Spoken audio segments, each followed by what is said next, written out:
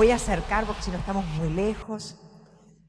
Entre las múltiples anécdotas que acumulo en mi ya larga trayectoria, nunca me había pasado de ir al baño justo cuando te llamen para hablar. Esta es la primera vez, así que ahora ya tengo una nueva, por la cual mi esposo, que estuvo en el congreso anterior, que era, para los que estuvieron, el que dio todas las recomendaciones de oratoria, buen comportamiento, buena imagen.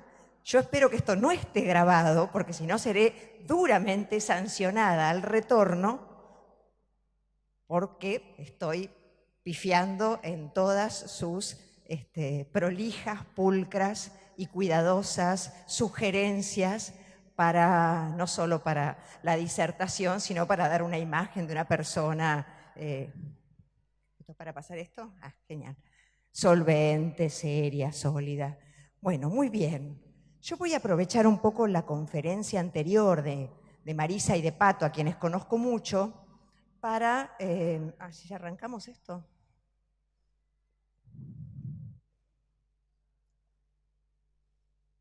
Ahí está, perfecto. Para plantear algunas cuestiones centradas fundamentalmente en la cuestión de la formación docente. Imagino que aquí habrá gente de institutos superiores. ¿Los hay? Levanten la mano. ¿Hay gente de institutos? Bueno, cuando hablamos de formación docente no estamos solo hablando de la formación docente inicial, estamos hablando, tal como Marisa lo planteó, del conjunto de la formación docente. Tenemos una tarea por delante muy compleja, muy necesaria, que tiene que ver con fortalecer y volver a poner en el centro de las políticas educativas la formación inicial y permanente y a nuestros queridos institutos superiores, que son fundamentales porque constituyen un tejido que a lo largo y ancho del país cumplen una labor cultural, educativa, formativa. ¿Quiénes de los que están aquí se formaron en institutos? Muchos. Muchos también se formaron en la universidad o complementaron la formación con la universidad, ¿no es así?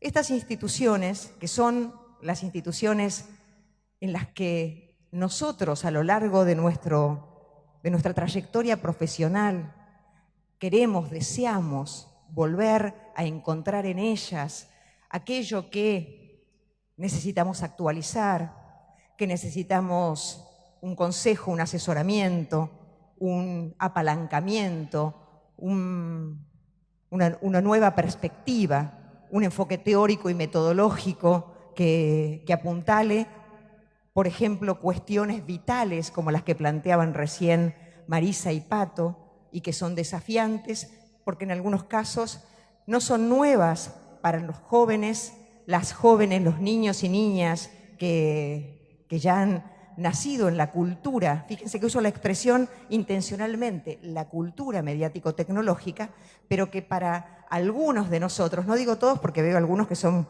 mucho más jóvenes, así en un paneo hago como un relevamiento etario y veo otras que pertenecemos a una generación donde la lógica escritural, la centralidad de... No es solo la centralidad del libro, el libro sigue siendo central, pero hay una lógica que ordena el pensamiento, que ordena nuestras prácticas docentes y que formatea nuestra subjetividad, nos formatea como sujetos y que tiene que ver con ese ordenamiento del tiempo y del espacio, la secuenciación que uno hace, la diferencia que produce el hipertexto a la secuenciación de esto va primero, esto sigue, esto va después. Yo lo he visto con mis hijos, con mis hijas, y más de una vez he quedado, como se suele decir en lenguaje vulgar, pedaleando en el aire, pero cuando uno dice cosas y después la realidad le demuestran que no son tanto como uno pensaba. Entonces, un poco el sentido de esta charla tiene que ver no sé por qué me puse muy ambiciosa cuando pensé esto. Ya estoy dejando el coso, el aparato para pasar, y no pasé la primera filmina, y miren todo lo que pasó. Voy a tratar de ordenarme. La cuestión es esta. Yo lo que me planteé fue un trabajo ambicioso que nos permitiera integrar distintos planos. Un plano más amplio y general de las macropolíticas educativas, que cuando uno lo plantea, en general, la primera reacción docente, o por lo menos la que yo muchas veces recibo, es: ay, Verónica, ¿por qué te fuiste tan lejos? Tan lejos quiere decir a cuestiones tan de geopolítica o de macropolítica, un poco abstractas. Y después la otra reacción, que todos la conocemos, que es que los docentes en general somos un poco refractarios, un poco como que nos eriza ya solo la palabra política educativa. Donde aparece político ya es como que nos ponemos como a la defensiva. Pero aquí pensemos que estamos hablando en términos de que nuestra tarea necesariamente es política porque supone decisiones. La política tiene que ver con el abanico de posibilidades decisorias que implica la tarea de enseñar y que implican todas las tareas. Puedo dar esta bibliografía, puedo dar esta otra. Puedo trabajar en grupo, puedo trabajar individualmente. Puedo decisiones. Y uno dice, ¿qué tienen de políticas? Tienen de políticas, si nosotros tenemos en la cabeza el chip de la político partidario, no lo entendemos. Lo que tenemos que tener en la cabeza es una comprensión amplia donde cada una de las definiciones que nosotros tomamos tienen consecuencias. Consecuencias como enseñantes y consecuencias en los aprendizajes. Pueden ir a favor más de incluir, pueden ir para un lado o para el otro. Y en ese sentido, lo que yo me he propuesto es hacer este hilván que une el macrocontexto difícil de caracterizar en el que nos encontramos, donde tenemos el mapa de lo nacional y de lo jurisdiccional, que tiene sus particularidades. O sea, la provincia de Formosa con sus particularidades, pero en el marco de un país y de un proyecto de país, donde no se desdibuja lo particular, pero que hay que inscribirlo en un correlato de acciones, de tendencias, de orientaciones, de políticas nacionales. Y justo en un contexto muy particular, en términos del tiempo histórico en el que estamos parados. Entonces, ¿cuál es mi intención? Poder ver el marco de las macropolíticas en un contexto de posibles reconfiguraciones y reorientaciones de esas políticas educativas, para poder ver a través de eso el proyecto educativo, la formación docente y el aula. Y el aula. Si yo puedo hacer ese link, ahora ya me quiero hacer esa vinculación entre mi práctica político-pedagógico-didáctica, esas decisiones que tomo en el aula, en el ámbito institucional, porque la práctica docente no es en solitario. Tiene también, aunque a veces está desdibujada, y eso lo tenemos que trabajar, una profunda dimensión institucional, colectiva, y si lo puedo poner en diálogo con cómo inciden eso definiciones de los macroproyectos, si puedo establecer esas vinculaciones, habré tenido una comprensión mucho más profunda de mi trabajo docente, pero también del marco de orientaciones político-pedagógicas en el que él mismo se inscribe. ¿Se entiende? ¿Vamos por ahí? Bueno, yo le puse este nombre que Elsa, cuando lo vio, directamente casi le da un ataque. Me dijo, ¿no se puede hacer más corto? Digo, no sé, se me ocurrió este nombre. Dice, formación docente e inclusión hoy. ¿Con qué orientaciones pedagógicas? ¿Con qué herramientas didácticas? ¿Con cómo? Lo peor que le puede pasar a un docente, a una docente, no es a veces tener esta teoría o este enfoque que no estoy del todo de acuerdo. Peor todavía es el vacío, la desorientación, andar a tientas viendo y no sabiendo para dónde ir, ¿no es cierto?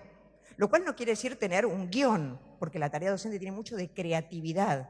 de innovación, de ensayar, de probar cosas, pero con un marco teórico y metodológico desde el cual producir esos procesos. Entonces, yo puse desafíos, dilemas, desafíos y controversias que nos atraviesan. ¿Y por qué digo esto? Porque evidentemente muchas veces nos llegan orientaciones que no es que comulgan y se dan la mano de una manera coherente, sino que tienen, uno ve que crujen, me dicen esto, que vamos para allá y es para aquello otro. Entonces es necesario revisar. Y hoy más, ¿por qué? Porque estamos en un contexto histórico-político en el que, no a nivel jurisdiccional, que hay continuidades, pero a nivel nacional es probable que haya modificaciones en el rumbo de las políticas y de las políticas educativas en particular, porque no hay proyecto de país que no contenga un proyecto educativo. Esto es importante entenderlo. Si un proyecto de país, vamos a poner un ejemplo que es el más visible de todos, si un proyecto de país apunta, por ejemplo, al desarrollo del mercado interno, a la generación de producción nacional, necesariamente apuntará y apuntalará la educación técnica y creará ley de educación técnica y fondo para la educación. ¿Por qué? Porque dice, necesito esto para este proyecto. De esa manera nosotros podemos ver que esto no es una cosa que encaje perfecta, pero hay eso se llama direccionalidad de sentidos. Hay una direccionalidad que articula el proyecto de país con el proyecto educativo. Entonces, por eso insisto tanto, estamos en un contexto en el que es altamente probable que haya, es difícil para mí enunciarlo, porque son cosas que no ocurrieron todavía, pero es altamente probable que pueda haber redireccionamientos en la política general, en el rumbo del proyecto, lo que se llama el modelo de acumulación, el proyecto económico, social y cultural, y esto incide en el proyecto educativo. Incide en las orientaciones. Y más allá de que la provincia tenga su propia propuesta, hay cuestiones del orden nacional que no vivimos en una isla, nos atraviesan. Sobre todas estas cuestiones es sobre las que quiero conversar, si después tenemos la posibilidad del diálogo con ustedes.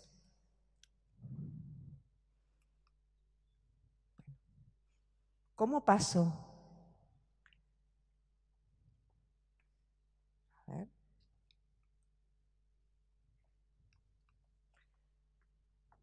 Está en on. Estoy demostrando mi conocimiento tecnológico. A ver. Si no, es desde la computadora.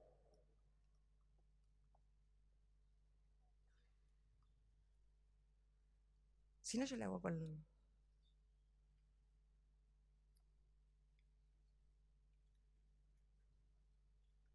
¿No funciona? Ahí está. ¿Me acerco para pasarla? Bueno, dale, perfecto.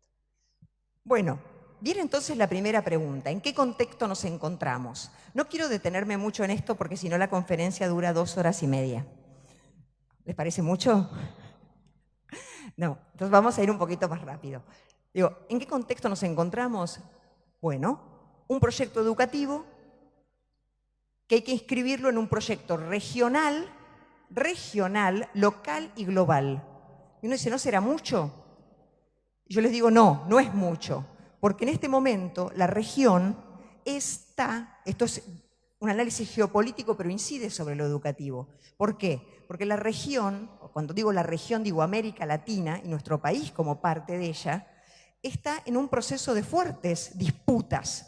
¿Disputas en qué sentido? Disputas geopolíticas por parte de las grandes potencias del mundo. Ustedes saben que el mundo en este momento existe una enorme guerra comercial y una disputa entre potencias.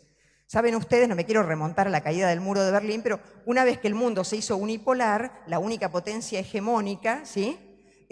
Encontró ahora que iba creciendo otro gigante que comienza a disputar la hegemonía. Estamos hablando de Estados Unidos y de China. Esto ustedes lo saben, conocen, vieron lo de Huawei.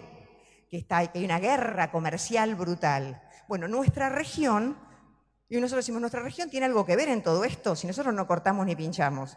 Bueno, sí, tiene que ver, porque es parte de la disputa, porque los territorios, las economías, los negocios, a quién le venden cosas, ¿sí? Con quién se comercia, de quién se obtienen, a quién le prestamos plata y le cobramos intereses, todo eso tiene que ver con esto. Y estamos en un marco entonces de fuerte disputa entre lo que ha sido siempre la potencia que ha dominado nuestra región, que es Estados Unidos, que se siente amenazada por otra potencia que también comienza a disputar a nivel local, a nivel regional. De hecho, es el principal socio comercial al menos de 5 países de la región, China. Esto no es para que nosotros digamos, yo estoy del lado de... No es eso, es comprender que nuestro país está en este momento inscripto en este proceso de disputas y que esto supuso un proceso, voy a usar unas palabras fuertes, de recolonización muy potente por parte de Estados Unidos, que durante un tiempo estuvo bastante atendiendo otras problemáticas, por ejemplo, lo que ellos llamaban la problemática del terrorismo. Y de pronto comienzan a prestar más atención a que les están ganando la parada en su disputa geopolítica con lo que ellos consideran naturalmente su patrio trasero. Entonces, acá se dan cuenta ustedes que estamos en una situación interesante porque lo que ocurre a nivel de las orientaciones de los gobiernos que van triunfando en la región, ¿sí? Pensemos el caso de Brasil, el caso de Ecuador, tienen que ver también con que estos actores inciden regionalmente para colocar gobiernos que sean, digamos, más alineados con ese posicionamiento. Estamos en un proceso de recolonización. ¿Y acá por qué es tan importante para la educación? Porque uno de los puntales, un elemento central de cualquier proceso de recolonización económica es la construcción de legitimidad. Y eso ocurre en el campo cultural, en los medios de comunicación y en la educación. Los campos educativo-culturales son importantes. Y ahí vamos al segundo punto, entonces. ¿Cómo se dan esas disputas a nivel de las cuestiones y las orientaciones de colonización cultural, recolonización cultural, ideológica, pedagógica que ocurren? ¿Cómo se dan? Muchas veces tienen en las recomendaciones de los organismos internacionales un espacio importante. Los organismos empezaron a ocuparse mucho de cuestiones educativas. Y si ustedes leen los documentos, por ejemplo, del Banco Mundial, que a uno le parece como cosas re lejanas, y dice, no, a mí me tocó, no quiero contar anécdotas personales, pero esta la voy a contar bien cortita. Me tocó ir en representación, cuando estaba en el Infod, me tocó ir en representación de Argentina a una mesa internacional de políticas de formación docente. Esto era convocado por la UNESCO. Yo dije un organismo internacional con representación de muchos países. Bueno, me toca ir, muy bien. La reunión era en París, en el centro de investigaciones, todos los países con su bandera. Yo entro, me siento, me dicen, no, me dice, usted se sienta con Europa. Pero ¿cómo voy a sentar con Europa? Le digo, yo me tengo que sentar con América Latina. Digamos, me reconozco sudaca sin conflictos ni complejos. Me reconozco parte de la región de la que soy. Me tengo que sentar con mi región. Una primera pelea porque no querían que se... Pero lo más interesante y la sorpresa para mí fue cuando en lugar de coordinar la UNESCO, que es el organismo internacional conformado por países, dice que lo va a coordinar y aparece un muchachito, dice, el Banco Mundial. Yo dije, ¿por qué lo coordina el Banco Mundial? ¿Qué sabe el Banco Mundial de estos temas? Porque es el que financia. ¿Por qué financia esto? Pensé yo en ese momento ingenuamente. Luego vi el instrumento que había que aplicar. el sentido de este encuentro es hacer un ranking de países de formación docente. Ah, digo, yo pensé que era definir lineamientos. No, no, no. Ya está todo escrito. Me dicen, este es el instrumento, lo que le vamos a enseñar es aplicarlo. Yo, por supuesto, levanté la mano, que ya a la mitad de la reunión, si podían, me la mutilaban, porque ya los tenía hartos de dar la contra. Digo, no me parece que sea así. Discutimos mucho, pero fíjense ustedes, vamos al meollo de la cuestión. Tenían un instrumento en el cual decía, por ejemplo, si usted tiene criterios muy selectivos que impidan el ingreso solo a grupos muy seleccionados para la formación docente, 10. Si usted tiene acompañamiento de trayectoria, ingreso directo, bla, bla, bla, bla, bla, bla, 0. Yo dije, sonamos, nosotros nos das todo 0. Vamos a quedar últimos.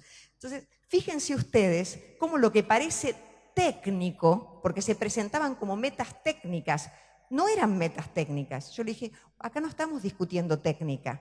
Ustedes disfrazan de técnica lo que son decisiones políticas. En mi país está el derecho a la educación. Y para nosotros eso es motivo de orgullo. No me voy a sacar 0 por defender el derecho a la educación. No voy a estar última en el ranking. Última, yo lo decía como si fuera yo.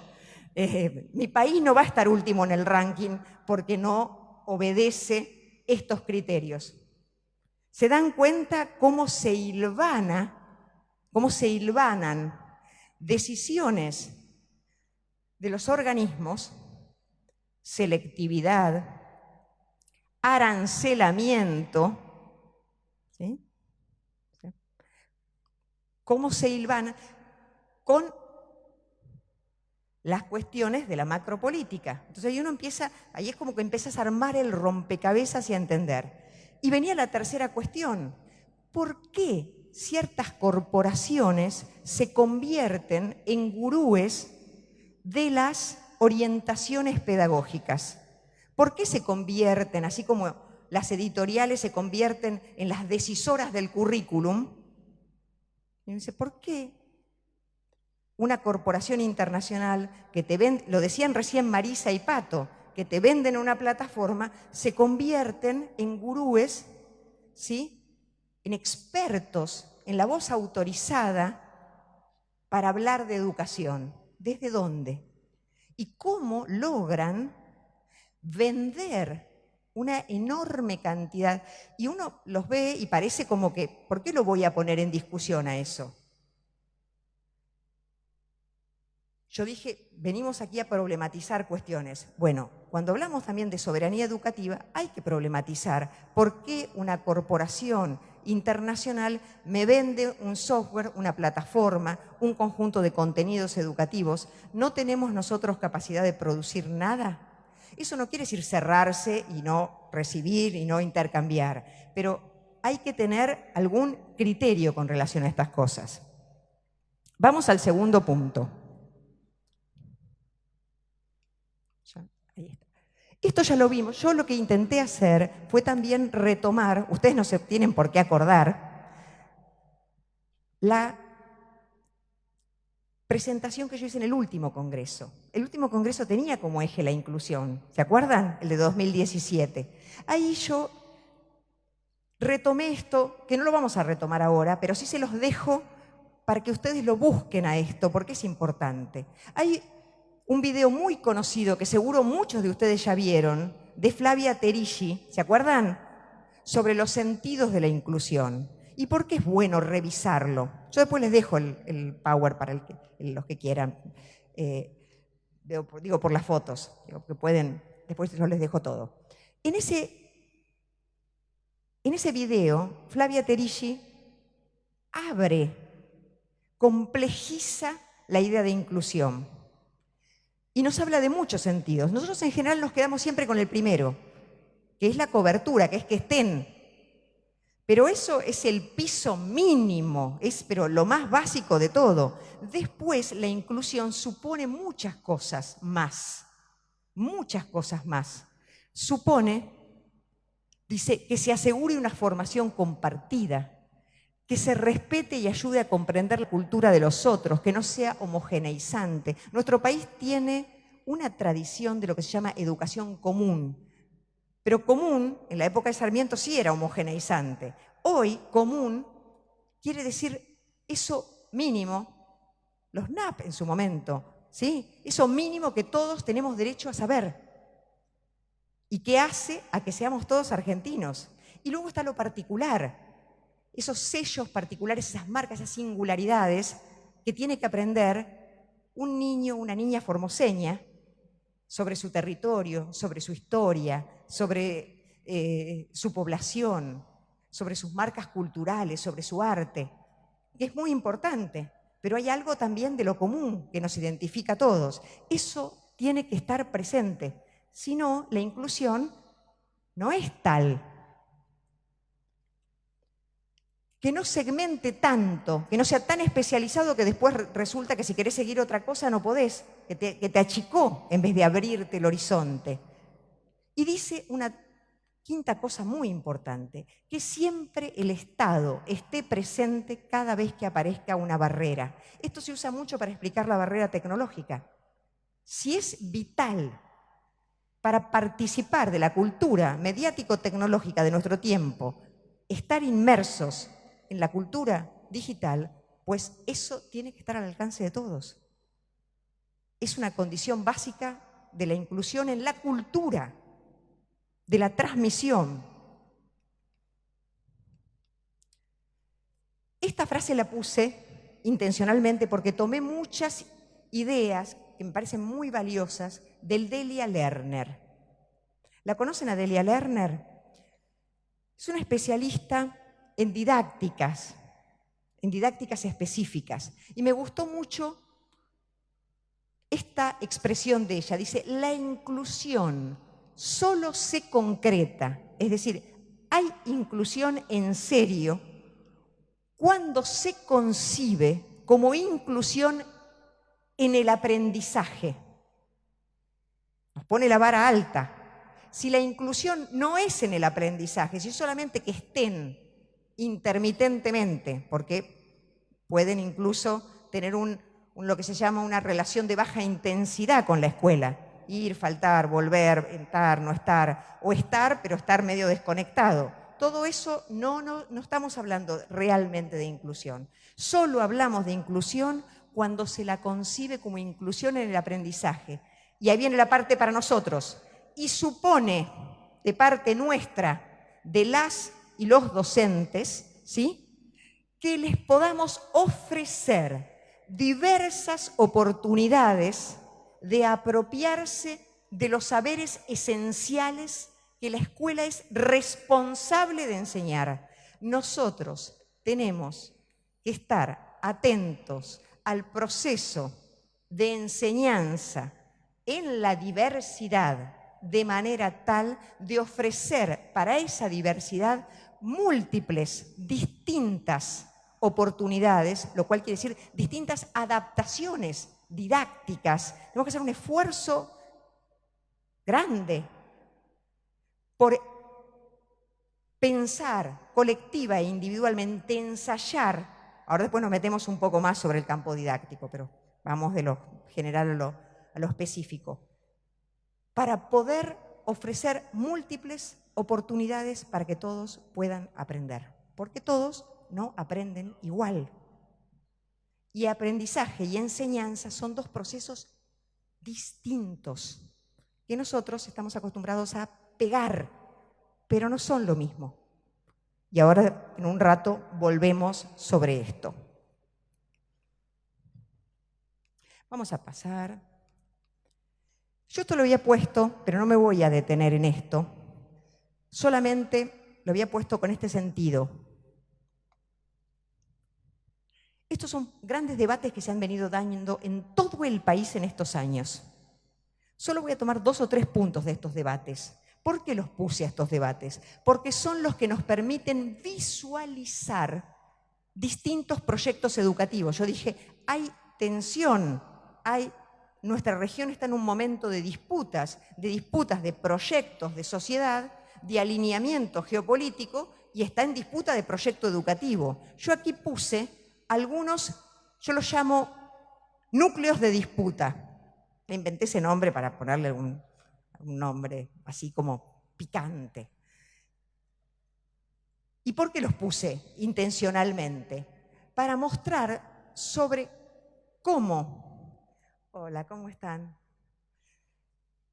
Sobre cómo un mismo tema, ¿sí?, desde proyectos educativos distintos se piensa de manera diferente. El primer punto de disputa es si la educación es un derecho o es una mercancía. Lo que me estaban diciendo en el Banco Mundial, y acá viene la trampa, ellos decían, sí, derecho a la educación, por supuesto, pero en realidad usaban, defendían ahí está lo difícil, declamaban lo mismo, pero en lo concreto estaban parados en una idea de mercancía, estaban parados en la idea de que era un bien transable. De hecho, todos los organismos internacionales plantean que la educación es un bien transable. Bien transable quiere decir que se puede vender y comprar.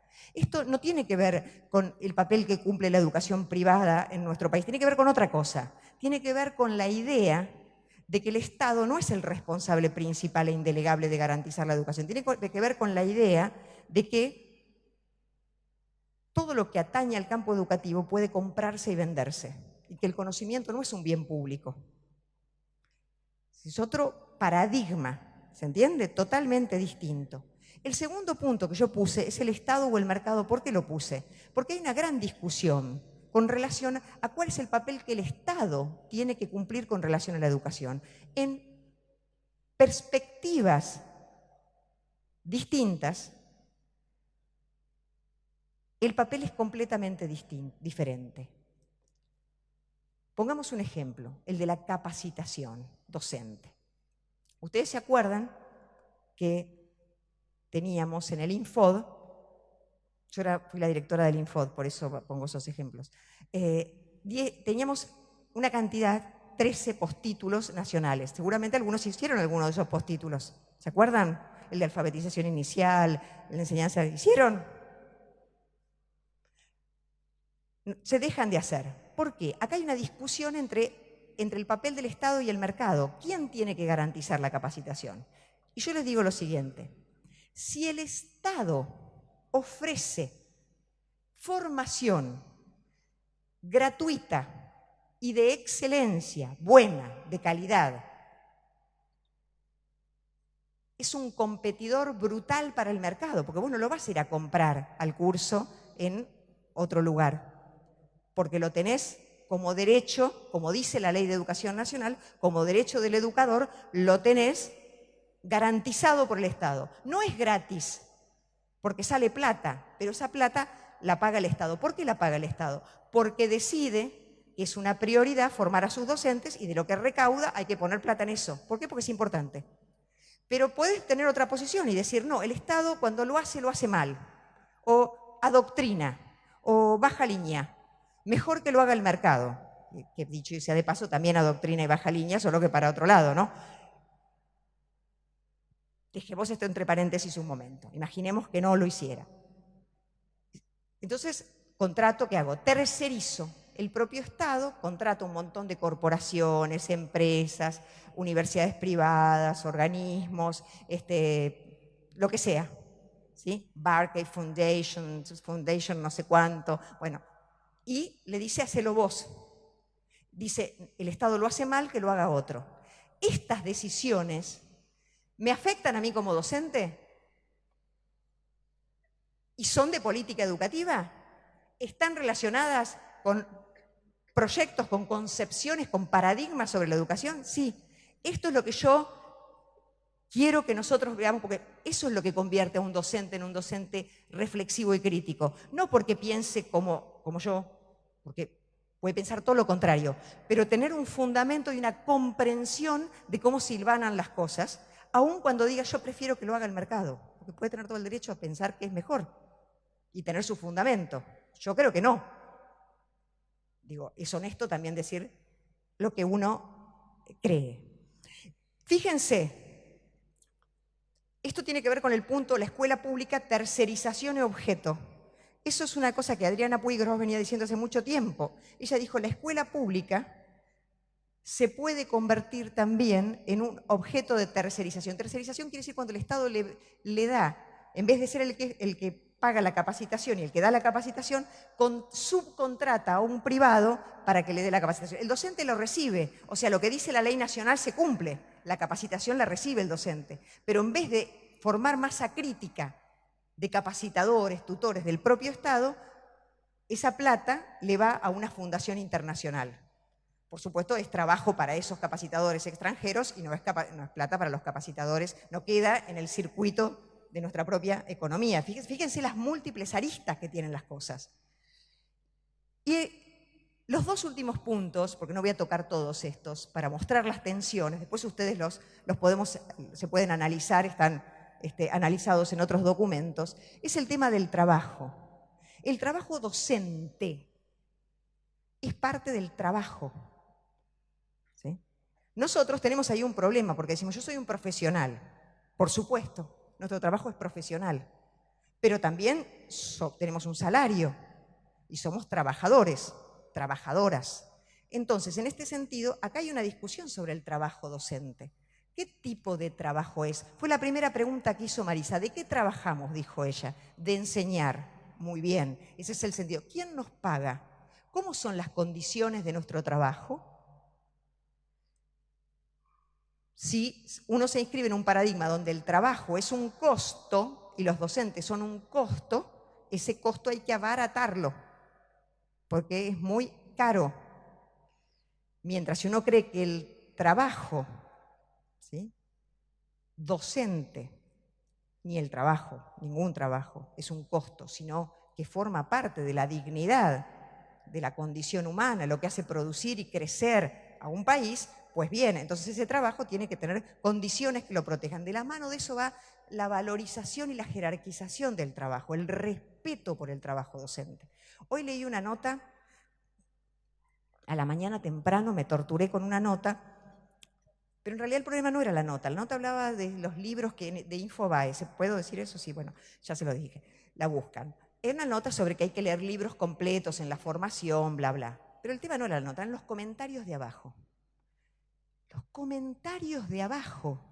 Yo digo, ¿quién es la gente que comenta esas cosas? ¿Son conciudadanos nuestros? Los docentes son todos unos inútiles, unos vagos, unos inservibles, una porquería. Las barbaridades que decían.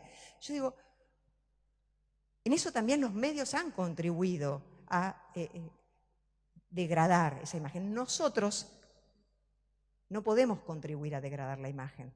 Nosotros tenemos que enaltecer nuestra imagen. Y eso tiene que ver con lo bien que hacemos nuestro trabajo. Y yo creo, porque hay cantidad de encuestas que así lo demuestran, trabajos serios de investigación, que muestran que son las y los docentes de las profesiones, pese a toda la campaña de desprestigio contra la escuela pública, más queridas, valoradas y jerarquizadas. Si ustedes se dan cuenta que no hay campaña de desprestigio que pueda contra algo tan profundamente arraigado en la conciencia del pueblo argentino. Eso es así. Nuestro pueblo valora a sus docentes. Podrá decir, me tocó esta, aquella, mi hijo es fantástico y la maestra era cosas que pueden suceder.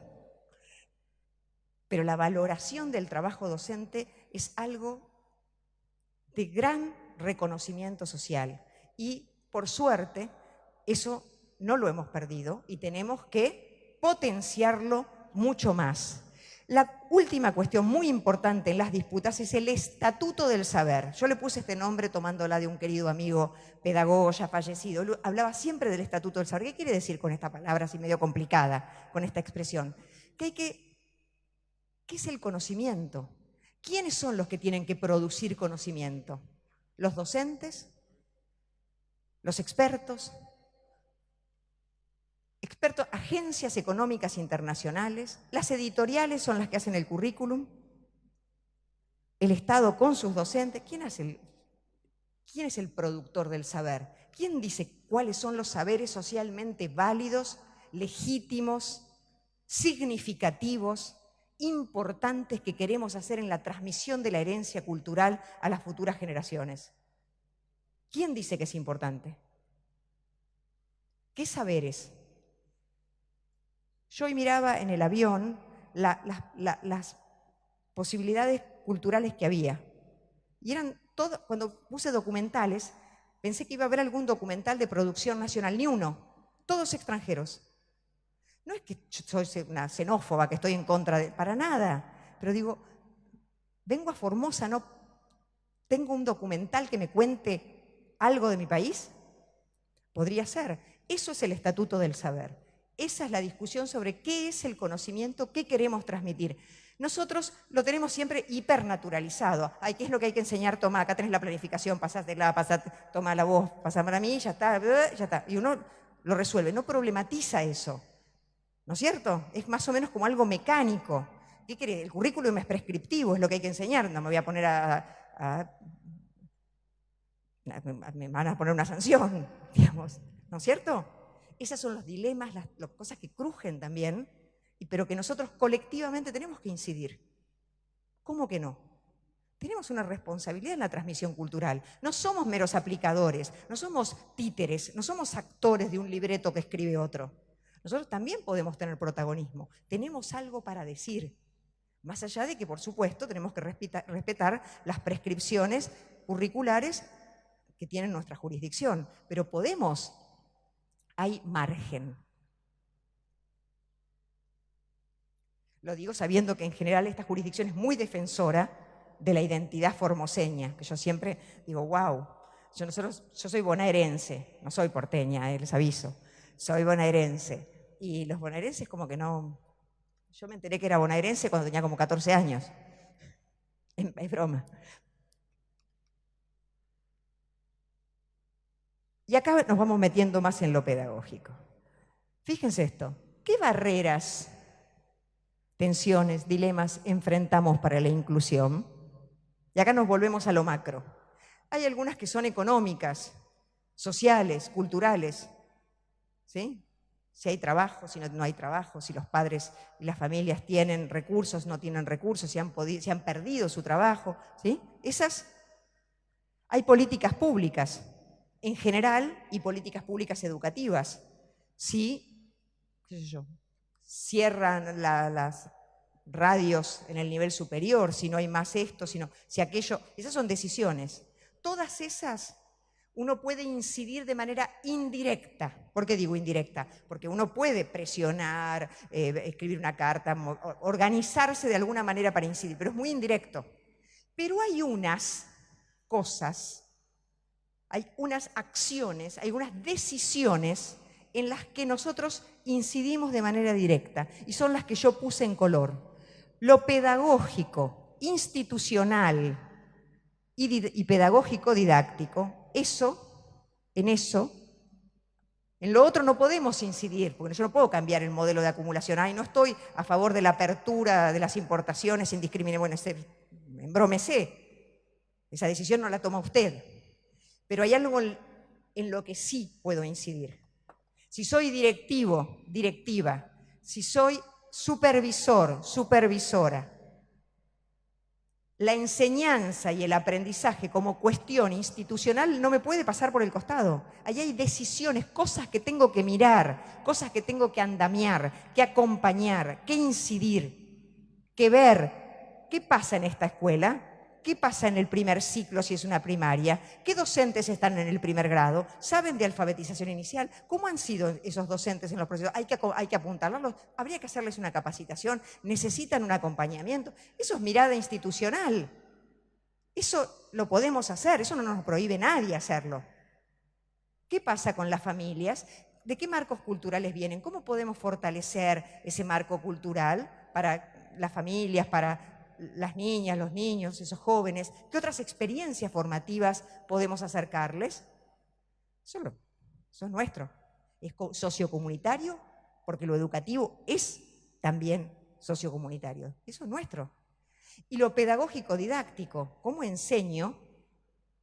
Si la enseñanza es un motivo de preocupación para mí, si se convierte en un problema, ¿Cómo estoy enseñando esto? ¿Cómo lo están aprendiendo? ¿Qué pasa del otro lado? Porque del otro lado no tengo un holograma. ¿Sí? Y nosotros no somos así. En general estos temas nos preocupan. A veces lo que nos pasa es que nos están faltando algunas herramientas, pero nos preocupan. No podemos decir que no sean cuestiones que nos preocupan. Entonces, ¿qué es lo que nos detiene? Esto yo lo planteé la vez anterior. Insisto, porque soy pesada, con esto. Muchas veces lo que nos detiene tiene que ver con nuestra propia biografía como formadores. Nosotros somos una amalgama de discursos, o sea, cosas que decimos, que no te pasen un escáner porque a veces tenemos unos niveles de contradicción como un poquito importantes, o que no graben algunas conversaciones de las salas de profesores y maestros porque también, ¿no?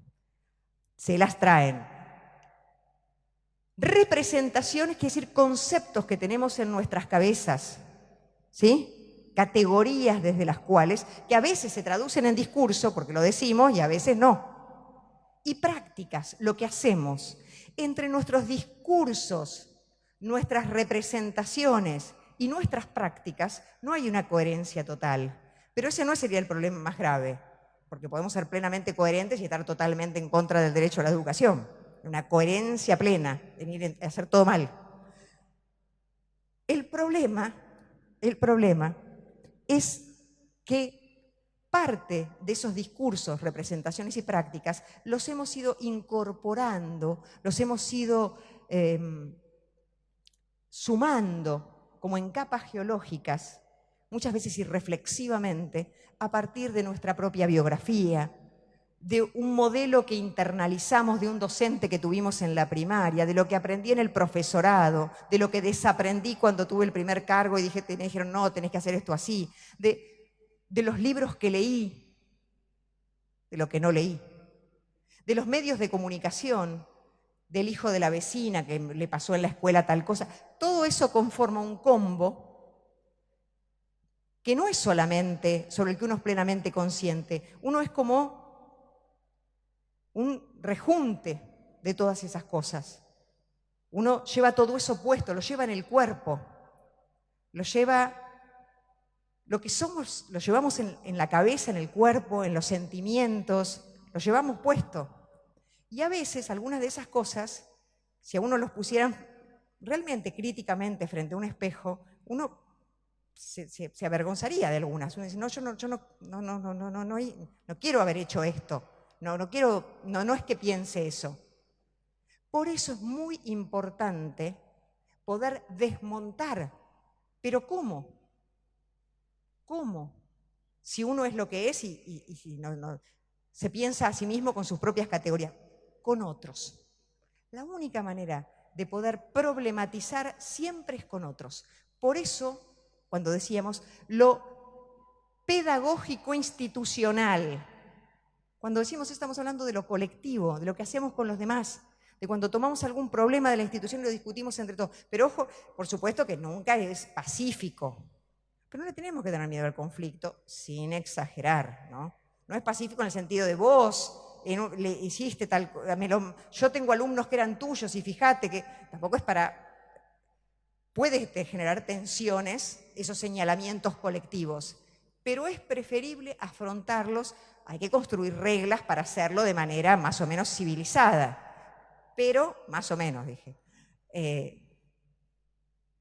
Pero es necesario, es fundamental el trabajo institucional, participativo, sincero, con marco teórico, no es que a mí me parece, a vos te parece, yo, ¿sí? Con marcos conceptuales, con orientaciones, ¿sí? Para poder abordar estas cuestiones. Muy importante. Seguimos. Yo me planteé ahora una serie de dilemas y tensiones. Como yo suelo ser así, me gusta meter el dedo en la llaga.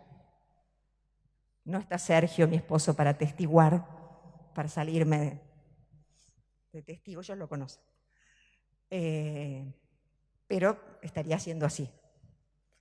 Me gusta a veces pensar, provocar. Esto no tiene ningún otro afán que problematizar eso que es importante que problematicemos. No tomar nada por natural. ¿Por qué elegí estas preguntas? Porque son preguntas todas de nuestro tiempo.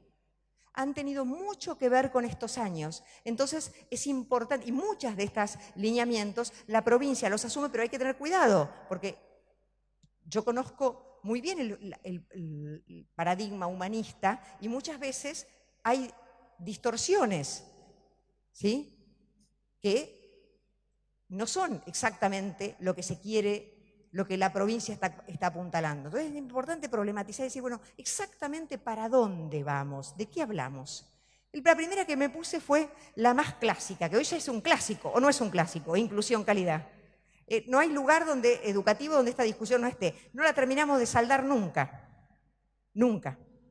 ¿Por qué? Porque tenemos colegas que piensan, como piensan que incluir es el primero de los significados de Flavia Terici, no los otros 4, te dicen que incluir siempre es en aras de la calidad. Que entonces lo único que se puede hacer es bajar, y yo bajo, es berretizar, es banalizar, son pedagogías de la complacencia, de la condescendencia, de, bueno, déjalo, total, que no aprenda nada, pero ¿qué querés, pobrecito? Es un pobrecito denigrante de la condición humana en todo sentido. Bueno, esas son las cuestiones que nosotros tenemos que poner en el centro de la discusión. ¿Qué entendemos por calidad? ¿Cuáles son todas las condiciones para la calidad? ¿Cómo se mide la calidad? Si es que se mide de alguna manera, pero se tiene que poder ponderar. Se tiene que poder leer. Bueno, ¿cómo? ¿Cómo vemos, cómo articulamos esta difícil relación donde la calidad, ¿sí?, nunca puede ser a expensas de expulsar? O sea, nunca puede ser calidad expulsando, porque entonces ¿qué calidad tenés? ¿Dejaste la mitad fuera? ¿Te sentís orgulloso? ¿Te parece? Es de tanta calidad que la mitad de tus jóvenes no pueden estar. Entonces, ese país, esa provincia tiene una educación de calidad donde la mitad no está, no puede ser. Ahora, están y no aprenden, y aprenden poco, bajás. Entonces, ni la inclusión puede ser en aras del aprendizaje, ni la calidad puede ser a partir de la expulsión. Qué lindo decirlo, qué fácil la frase, me quedó bárbara. Pero, mamita, ¿no? Esto es un dilema complicadísimo, complejísimo, y el que está en el aula todos los días sabe cómo baila con estas cosas. No es mucho más fácil hacerse el disertador que construirlo. Yo soy docente, doy clase, nunca dejé de dar clase y sé que me las veo en figurillas muchas veces. Y además muchas de las cosas que pregono no es que me salen todas muy bien siempre. ¿Sí? Y es bueno, me lo recuerdo, así cuando hablo me lo recuerdo a mí misma también. Meritocracia. Esta ha sido una palabra, ¿se acuerdan desde que salió la publicidad de Chevrolet? Qué bárbaro pertenecer a una élite, a un grupo de meritócratas, que nadie nos dio nada, que conseguimos todos solos, que somos fabulosos, que te distinguís de los demás. ¿Se acuerdan la publicidad del auto? ¿O no? ¿Sí? A partir de ahí, esta categoría también entró fuertemente porque además parte del discurso educativo la apropió y dijo, ahora vamos por la meritocracia. Y nosotros nos metió en un problema porque decimos, ¿cómo? Porque llegó siempre como, de la mano de esto viene siempre el extremismo, ¿el mérito y el esfuerzo no son importantes? No tengamos miedo a estas discusiones. Por supuesto que son importantes el mérito y el esfuerzo. Nosotros valoramos el esfuerzo y el mérito, pero la meritocracia es otra cosa. La meritocracia lo que está haciendo es otra cosa. La meritocracia lo que hace es desconocer la diversidad de contextos. La meritocracia lo que hace es poner debajo de la alfombra la desigualdad. La meritocracia cree que todo lo que alguien consigue es por su propia voluntad, que solo con voluntad, y a veces la voluntad es muy importante. El esfuerzo, la motivación son cosas muy importantes, pero no caigamos en el extremo de banalizar, de poner debajo de la alfombra las cuestiones la desigualdad, porque entonces seríamos terriblemente injustos. Hay gente que habla de mérito y esfuerzo y ha hecho pocos méritos y esfuerzos, pero levanta, agita la bandera del mérito y del esfuerzo. Cuando me dicen, ¿usted qué mérito ha hecho en su vida? Digo, yo no trabajé mientras estudié, mis padres me pagaron la universidad. La verdad es que sí, estudié mucho y traté de ser responsable, pero más mérito hicieron otros, que tenían muchísimo peores condiciones, que trabajaban mientras estudiaban, que tenían un montón de dificultades en la casa. Yo soy consciente de eso. Si no fuera consciente de eso, yo me sentiría mal conmigo misma, sería muy injusta. Y nosotros no podemos ser injustos con nuestros alumnos. Nosotros tenemos que comprender que no todo es cuestión de tirarle al chico que si te va mal es por culpa tuya porque no te esforzaste. No, a veces hay mucho esfuerzo, pero hay esfuerzos que se vuelven invisibles para nosotros. Esfuerzos que nosotros no estamos a veces muy preparados para ver cuáles son los esfuerzos que el otro hace. ¿Sí? Piensen en nuestros estudiantes del profesorado. ¿Cuántos esfuerzos hacen muchas estudiantes para estudiar? Todas las cosas que pasan. A veces yo en el conurbano me encuentro con estudiantes que salen de trabajar, toman 3 micros, llegan, tienen que ir a un lugar oscuro a tomarlo de vuelta, no pueden comprar los apuntes, no tienen más la beca, no pueden, los docentes le ayudan a cargar la SUBE. La familia, el marido un poquito machista, un poquito digo yo, me agarran mis hijas feministas, me dicen, no digas poquito, machista. No la deja estudiar y le dice que no porque después va a tener un trabajo mejor o va a ganar más. No hace mérito esa persona, no enfrenta un montón de desafíos simbólicos, físicos, se pone en riesgo para salir adelante. Yo siento vergüenza de erigirme como modelo de mérito delante de una persona así.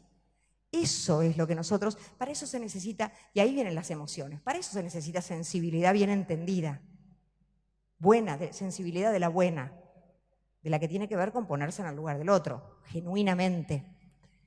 Fíjense el tercer punto, neurociencia, que es un tema muy importante en nuestro tiempo, ¿no es cierto? La provincia de Formosa tiene una política en la que, digamos, presta especial atención al campo de la neurociencia. ¿Qué son las neurociencias? Ese conjunto de disciplinas, ¿cierto?, que abordan las bases neurales de los procesos cognitivos y que, por lo tanto, a la educación le hacen un importantísimo aporte. Aun cuando todavía tienen un grado experimental alto, o sea que no es que esté todo, que tengan grandes avances científicamente comprobadísimos, pero han hecho aportes importantes. ¿Por qué? Porque la memoria, la atención, ¿sí?, la concentración, y esas cosas no son importantes, esos procesos cognitivos no son importantes, ¿tienen una base neural? Sí, es importante. Ahora, ¿es la única dimensión? Acá me tomo de la frase de Marisa, la enseñanza es un proceso complejo. La neurociencia nos aporta un pedacito. En el campo de la educación hay como una tentación a la seducción de las soluciones mágicas. Sería fantástico. Así nos enamoramos de la psicología cognitiva en una época, de la comunicación en otra. Nos vamos como enamorando de que nos van a resolver todo. Entonces, ¿qué devaluamos con eso? Por eso le pusimos a las carreras ciencias de la educación. Son todas las demás ciencias, menos la pedagogía. La pedagogía tiene mucho para decir en esto. Entonces, lo físico, lo biológico, los cerebros son parte del ser humano. Pero nosotros tenemos, esta provincia abona una concepción humanista, o sea, integral del sujeto. Comprendemos, esto digo para ubicar en qué plano la perspectiva jurisdiccional aborda la cuestión, o sea, le da importancia para integrarla en una perspectiva compleja, que no devalúa la enseñanza, su complejidad, ni el campo estrictamente de la tarea de enseñar, que tiene que ver con el campo pedagógico. La biología nos ayuda a conocer algunas cuestiones de los procesos, de los neurotransmisores, todo eso es importante, es una partecita, pero nuestros alumnos no son solo cerebros, ¿no? Son seres humanos que viven en contextos, que tienen historia, que tienen familias, que tienen problemas, que tienen...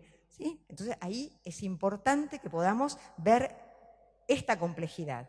Todo tiene, siempre hay que matizarlo, hay que ponerle sus tonalidades. Selección de talentos. Esto ha sido muy propio del lenguaje de los últimos años. ¿Esa es la tarea de la escuela? Díganme. ¿Qué piensan ustedes? ¿Tenemos que seleccionar talentos? Yo creo que no. Potenciar las posibilidades de nuestros estudiantes. Cada uno con lo que tiene. No andar haciendo ranking de estudiantes, que venga al equipo de que con este ganamos y hacemos bolsa a la escuela de allá, que uno, obvio, le tira, ¿cómo que no? Y esto otro, bueno, vos quédate ahí a ver qué podés hacer. Pero a mí me pasaba eso en la clase de educación física porque era un poco inútil, me venía la pelota y yo, no. Decía, no, que no esté en el equipo de vóley, la inútil esta que era yo. Y vos decís, bueno, y yo tengo derecho a la práctica deportiva. Ahora quedé turulata de por vida. No, solo que no me gusta. Liderazgo educativo, otra palabra que se usa mucho. ¿Pero qué quiere decir? Nosotros tenemos que armar líderes, convertir a nuestros directores en líderes. ¿Qué es un líder? Alguien que destaca por sus talentos, o un conductor serio, responsable, participativo, democrático. Bueno, si eso quiere decir líder, sí, entonces es líder. Si quiere decir otra cosa, no. Problematicemos cada cuestión. Clima escolar. ¿Cómo se relaciona el clima escolar con el clima social? Ahora, ¿no es bueno que en un aula haya un buen clima? ¿Cómo se construye un buen clima? Han tenido muchas charlas ustedes sobre estos temas. Es importante construir un buen clima. Ahora, tampoco es meter la realidad debajo de la alfombra. No pasa nada, estamos todos bien, está todo fenómeno. No, pasa. Tampoco la fantasía, la ficción, ¿sí? Pero sí un clima de respeto, de afecto, de contención. Si no tenemos eso en la escuela, ¿dónde? Trabajo docente, individual o colectivo. Y es individual y es colectivo. Pero el trabajo colectivo es muy importante. Nosotros decimos, trabajamos todos juntos. Y a veces lo que nosotros tenemos que trabajar todos juntos es que cada uno pone una parte, pero no hay discusión en serio, no hay intercambio en serio. Es como cuando dicen, ahora está de moda que las conferencias sean conversatorios. Nadie conversa con nadie. Cada uno hace su pequeña ponencia, solo que es más corta, y se terminó. No converso con el otro. Entonces, tenemos que aprender a conversar un poco, a discutir. Como yo armé muchos de estos puntos, voy a pasarlos. Solo voy a elegir 2 o 3 porque armé como 16, porque me inspiré un día. Y me empezaron a salir, y salían muchos. Pero voy a tomar algunos. Yo después se los dejo para que los discutan donde ustedes quieran. Uno que me gusta especialmente es, 2 voy a tomar de estos. El de la formación emocional. ¿Saben por qué? Porque es muy importante la formación emocional. Pero yo la quiero distinguir de la gestión de las emociones, de lo que se llaman pedagogías del afrontamiento. ¿Escucharon hablar de eso? Yo no quiero entrenar personas emocionalmente. No quiero que frente a una adversidad, entonces me entreno. Está bien que uno se prepare para sobrellevar la adversidad, porque en la vida va a tener adversidades. Y está bien que uno vaya fogueándose, ¿no es cierto? Eso es bueno, eso sirve. Ahora, ojo en nuestro sistema que tiene ciertas tentaciones de transferirle a los estudiantes la mayor de las responsabilidades, a veces para protegernos nosotros. Nos pasa a veces. Uno tiene rápido, ay, pero ¿sabes lo que pasa a ese estudiante? Yo lo digo cada 2 por 3, después digo, voy a ver qué hice yo. Digo esto, por ejemplo, en el pase de un nivel a otro, de inicial a primaria, que se foguee. Entonces, cambian completamente las reglas, los niños, las niñas pueden tener miedo, estar atemorizados. Nosotros decimos que se foguee, que no, hay algo del acompañamiento, de la tarea que nosotros tenemos que hacer del otro lado, que es de nuestra responsabilidad. Entonces, atención, que uno no gestiona emociones como si fuera el cajero de un supermercado con sus propias emociones. Uno se forma emocionalmente, uno templa el carácter, uno reconoce sus emociones, aprende a compartir, a decir, aprende a ponerse en el lugar del otro, no ser un cínico de, ay, sí, te escuché, fantástico, todo bien, te escuché y no me importa lo que decís, porque no pienso hacer nada de lo que a vos te pasa. Es un acting de empatía. No podemos convertirnos en una sociedad cínica que hace actings y puestas en escena de climas maravillosos, de simulacros de escucha, de simulacros de armonía. Ahí está todo fantástico. Sí, ¿qué querías decir, querida? Ah, bien, bien, bien, bárbaro. Bien, me importa un corno lo que estás diciendo. Y no voy a hacer nada y no vamos a cambiar nada de lo que estamos haciendo por lo que vos digas. Eso es una malversación de la cuestión de las emociones. No tiene nada que ver con eso. Hay paradigmas muy serios de la formación emocional y hay también expresiones muy berretas. Estemos atentos. Estemos atentos. Y yo quería agarrar el de educación y trabajo. Porque a los docentes nos pasa que también que tenemos cierta aprensión, no sabemos cómo entrarle a este tema de la educación y el trabajo. Si el chico va a hacer una pasantía, nos preocupa porque decimos, bueno, va a ser explotado laboralmente por un sueldo precario, en condiciones de explotación. Bueno, si no la hace, no está formado. Estas escuelas no forman para el trabajo, pero esto sí forma para el trabajo, lo laboral. Entonces, como un gueto. Tenemos un problema ahí. Pero ese problema, yo solamente lo traigo a colación, porque en algún momento nos llega, pero en general se dirime en otra instancia, que es la de la política educativa, que define cómo van a ser nuestras escuelas, desde cuándo hay que formar para el trabajo. Los 2 últimos años de la secundaria, la primaria, no, el niño, el trabajo, no puede ser. Pero va a trabajar algún día. ¿Pero qué se supone que es? Entonces hay que empieza a hacer cosas de oficios es trabajo, otras cosas no son trabajo. El trabajo intelectual, ustedes no trabajan. Entonces, tenemos que empezar también a desmontar prejuicios y representaciones y empezar a pensar que se vienen tiempos en los que hay que renovar la articulación de educación y trabajo, sobre todo porque el trabajo en el mundo está cambiando. Porque la OIT dice que el 40% de los trabajos que hoy existen no van a existir más. Posiblemente eso no afecte tanto a nuestra región como a otras zonas del mundo. Pero nosotros tenemos que pensar, tampoco comprar el discurso de cómo va a haber poco trabajo, a competir, a pasarle por encima al de al lado, a los codazos, abrirse paso, matar al que sea para lograr vos, tu lugar por encima del otro. No, que va a haber poco, no es un destino inexorable. Estos trabajos no van a haber, puede haber otros trabajos. Nosotros tenemos que hacer que haya trabajo para todos. Nosotros, no es inexorable. Nosotros tenemos que hacer que el trabajo sea algo digno. Nosotros tenemos que formar en las leyes del trabajo a nuestros estudiantes de la secundaria. Nunca saben nada del mundo del trabajo. Es como que es un tema vedado para nosotros. Pánico le tenemos, escozor. Bueno, pensemos que esto es uno de los grandes dilemas que se nos vienen. Como esto es muy largo, me voy a ir simplemente para cerrar, para ya no excederme, porque yo les dije que podía llegar a ser muy largo, a las últimas recomendaciones. ¿Cómo construir un posicionamiento? Fíjense todas las palabras que usé. Ético, porque tenemos valores.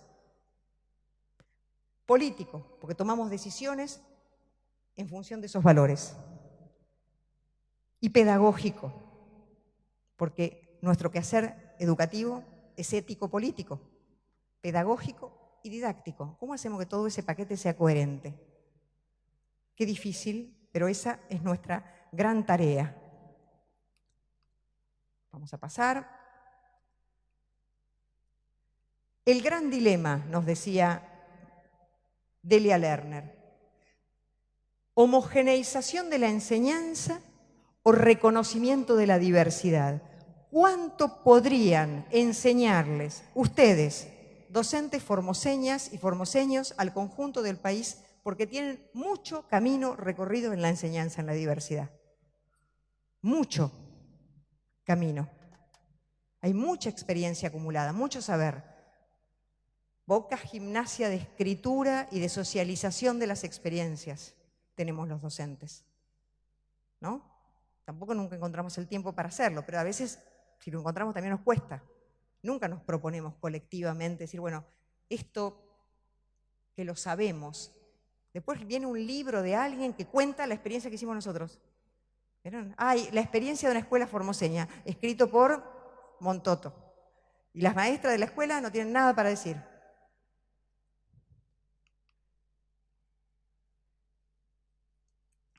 Quiero ir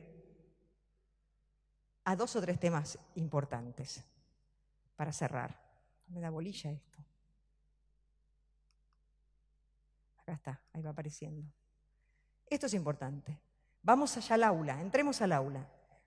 Para una enseñanza en la diversidad, para apoyarnos en un paradigma ético, político, pedagógico, didáctico, que reconozca la diversidad, que haga de la inclusión en el aprendizaje su fundamento, tenemos que planificar desde el inicio, desde el principio, la enseñanza considerando que tenemos diversidad.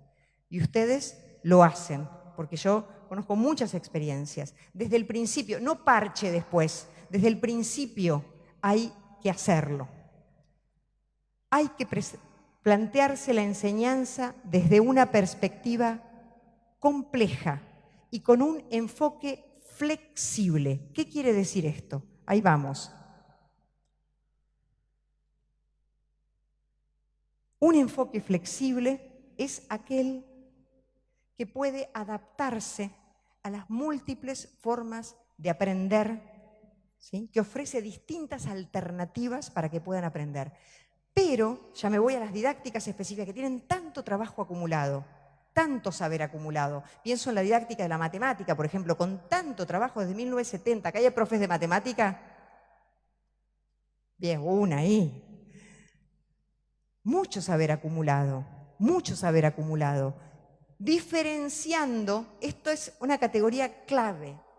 Enseñanza y aprendizaje no son espejables, no son 2 caras que se complementan exacto, son 2 procesos distintos. Piensen ustedes en esto, vamos a dar un ejemplo de la matemática. La matemática enseña muchos contenidos, muchos objetos de conocimiento. Uno de esos objetos que enseña son los sistemas de numeración. Cuando enseña a escribir los números y te dice, por ejemplo, por este ejemplo porque a mí me encantó de Delia, 1984. Y el niño escribe 1984. Queda un número larguísimo. El docente, o la docente en ese momento puede decir, no, está mal, ¿no? O puede intentar comprender qué hizo el niño con los saberes previos que tenía en el proceso de aprendizaje de eso que se le enseña. Los niños piensan, ¿no? Razonan, tienen marcos de referencia, vinculan con otras cosas que conocían antes, ¿no? Ponen categorías que tenían. En el aprendizaje lo que hacen es... Nosotros tenemos que estar atentos a cómo aprenden, muy atentos, porque el aprendizaje es una fuente de saber para la enseñanza. ¿Qué hizo este niño con esto? ¿Por qué escribió así este número? Lo que hizo fue transferir la lógica de la oralidad a la escritura. La oralidad tiene una lógica aditiva, 1984. Pero la escritura de los números es posicional. ¿Por qué? Porque el sistema decimal es posicional. aquí está el lugar de la unidad, de la decena. Pero el niño, cuando uno le dice, ¿te parece? Porque la maestra le dice, ¿por qué no escribís 2000? Y el niño escribe 2000. Le dice, ¿y cómo la ves? Y el niño le contesta, no puede ser, porque yo ya sé que los números más grandes son más largos, y este me quedó muy largo, y es menos, 1900 es menos que 2000, pero me quedó mucho. El niño razona, también tiene otro saber, que es que el número más largo, ¿sí?, es más que el más corto. Eso se llama en docencia, a ver si lo puse acá, no, está en la que sigue, devolución.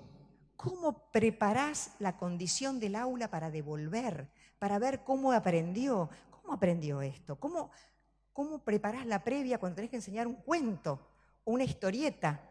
Si le haces leer otras historietas. Algunos ya leyeron 1000 historietas cuando llegaron y otros ninguna.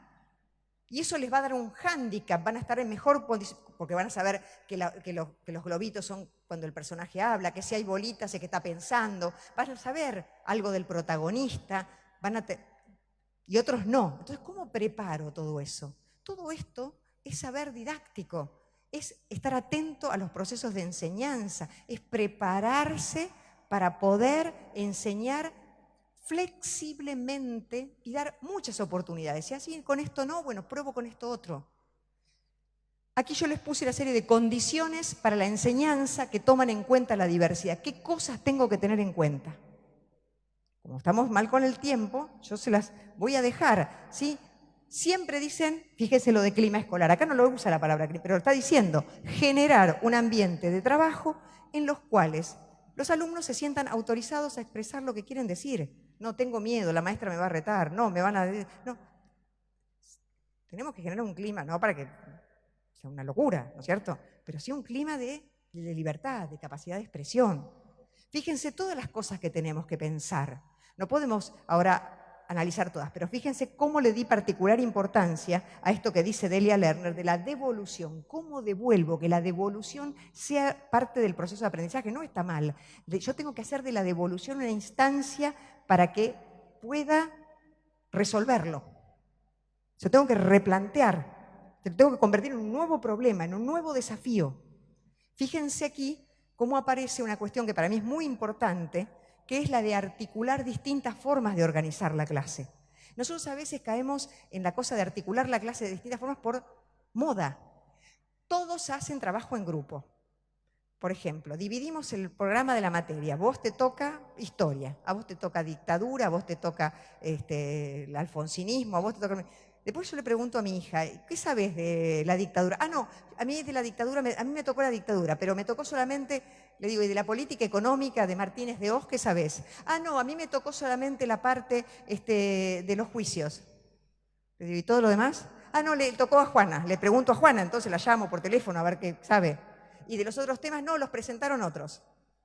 Es una buena estrategia didáctica, si no hay lo que dice acá después, explicitar periódicamente los conocimientos, volver a tomarlos, resintetizarlos, hacer lo que en Italia se llama la reelaboración.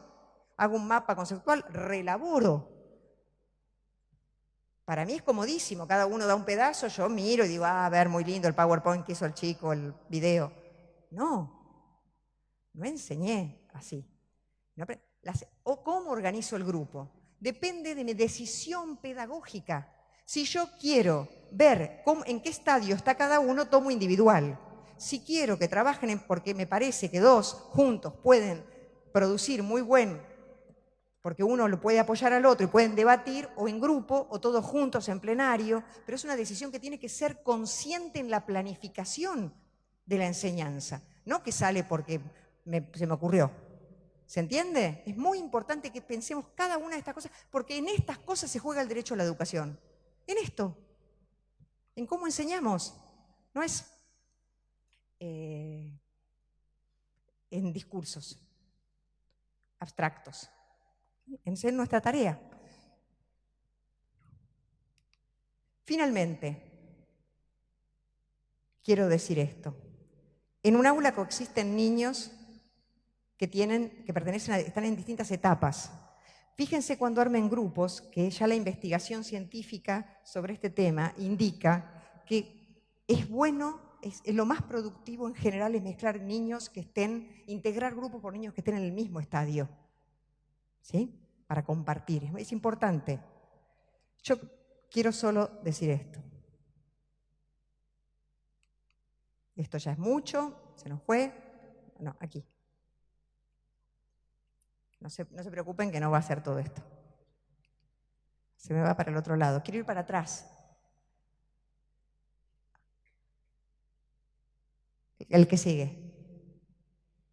La que sigue. La que sigue. Entonces, lo más importante que tenemos que poder entender de lo que hacemos es que nosotros tenemos que trabajar, yo con esto quiero cerrar, tenemos que producir una escuela responsable de transmitir esos saberes que socialmente han sido considerados relevantes y que la sociedad le ha dado a esta institución y a nosotros como referentes de una institucionalidad, no solo en términos personales, ¿sí? Una responsabilidad pública, sí. Ya termino, estoy cerrando. Como responsables, como sujetos y sujetas responsables, el lenguaje inclusivo, otra, pero a veces la dejamos para después, para la próxima. Responsables de esa transmisión, ninguno de estos temas nos puede pasar por el costado, ninguno nos es ajeno. Nosotros siempre decimos lo mismo, tenemos una tarea, un trabajo envidiable, porque es hermoso, porque es extraordinario, porque nos da muchísimas gratificaciones, también malestares y sinsabores.